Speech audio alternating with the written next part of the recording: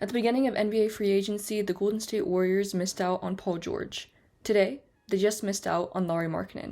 After the news came out today that the Warriors would be out on Lauri Markkanen, it was reported that they're also going to be looking for smaller scale deals in August and September, more than what is typically expected around the league. But what does all of this mean for the Warriors and their future?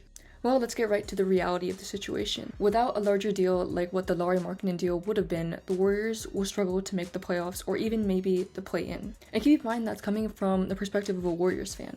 So for me, who loves the team, to also admit that they're probably going to be bad means it must be pretty likely. I mean, I'm glad that they didn't trade for Lauri. If you watched my first video on this channel, I didn't want to trade for him, especially if it meant giving up Jonathan Kuminga, who I still believe is the future of the Golden State Warriors. Now, I'm not as high on Brandon Podziemski as the Warriors front office seems to be, more so high on Jonathan Kuminga, but trading for Lauri very likely meant trading Jonathan Kuminga, if not also Brandon Podziemski. But I also wanted the Warriors front office to try to swing for a big fish, because I know that if they didn't, it's pretty much over for the Warriors' title hopes. Now, that they're going to do smaller deals, I think we can confidently say that it's probably unlikely this team is competing next season, because I really don't think those smaller deals are going to all of a sudden catapult you to championship contention like this big fish deal might have, and maybe might not have even done with Lauri Markkanen, because I don't even know if he alone would have been the missing piece.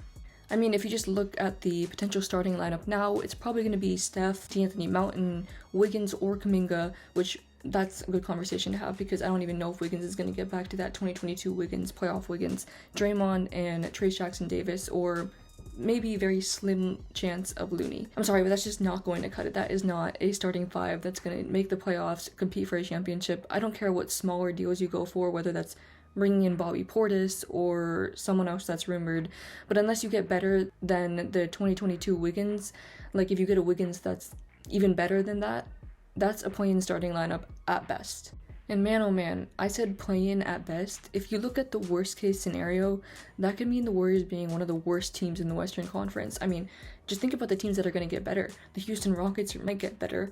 The San Antonio Spurs will be better. I mean, almost every team that were at the way bottom of the conference, not that the Houston Rockets were at the way bottom, but are going to get better next season. And the Warriors are just getting worse. They lost Klay Thompson, they lost Chris Paul, which some people think that getting younger might be better, but you had to make another move on top of that.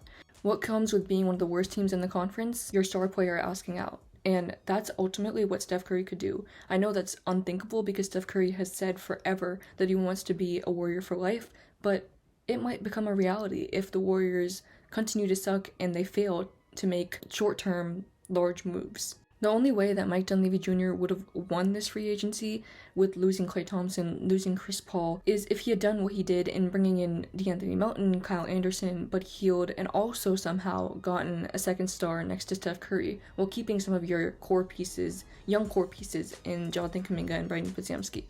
But so far, he has failed to do that. And now the Warriors are even more in a dire position because of recent comments that Steph Curry made, as I alluded to earlier. He implied that he wants to be a Warrior for life if the Warriors continue to compete. Well, that's more of an if than he's ever said before. Before Klay Thompson left and before this offseason, there was no if condition. Steph Curry wanted to be a Warrior for life. I mean, hell, we thought Klay Thompson wanted to be a Warrior for life. But obviously that didn't happen with Klay Thompson, and Steph Curry's future isn't so certain anymore. So things could turn real bad for the Warriors real fast. Where do they go next? Well, the best case scenario is that at the trade deadline, the Warriors are still somewhat decent somehow, and a star that fits the team asks out.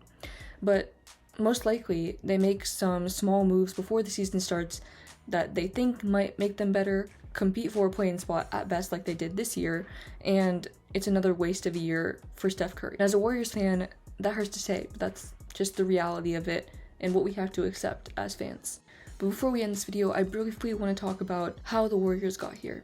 I mean, just in 2022, they had just won the championship against the Boston Celtics. They were raising the banner. Everyone was super happy. Andrew Wiggins was on the team, playing amazingly. Jordan Poole was on the team. And here we are in 2024 talking about how they're probably going to be one of the worst teams in the league next season. So how did they get here? And look, I don't want to sound like a hater here, but in my opinion, it's largely due to Draymond Green. Now, if we go all the way back to when Kevin Durant left, the whole world knows that a huge part of him leaving, a huge part of the whole dynastic team falling apart was Draymond Green. Well, the same thing happened with Jordan Poole.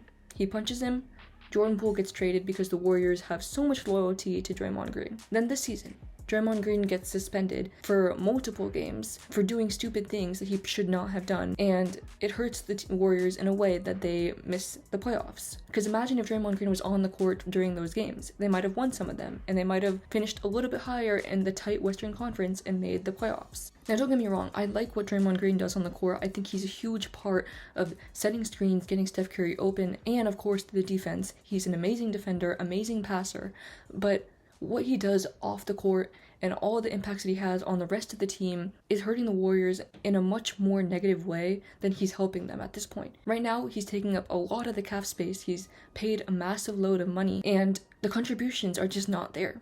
And I used to think as a Warriors fan that there's no way the Warriors would trade Draymond Green or that they would let any of the big three go because they just have so much loyalty to them. And that's what I thought when they traded away Jordan Poole and when they made other decisions around keeping the big three together, because I thought that they had so much loyalty to them, and that's why they're supporting Draymond Green and all this stuff. But now I don't think that it's so much less of a possibility that Draymond Green is not on this team in the future.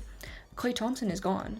Steph Curry is one of the greatest players of all time. He's probably not going to be traded unless he asks out, of course.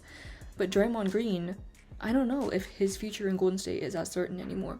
But anyways, that's enough of why I think the Warriors dynasty came to an end as it did. That's my instant reaction to Lauri Markkanen not being a possibility for the Warriors anymore. What do you think the Warriors should do now that they've missed out on the quote-unquote big fishes? Do you think that they'll still be decent next season? Let me know in the comments down below. Subscribe and leave a like, and I'll see you in the next one.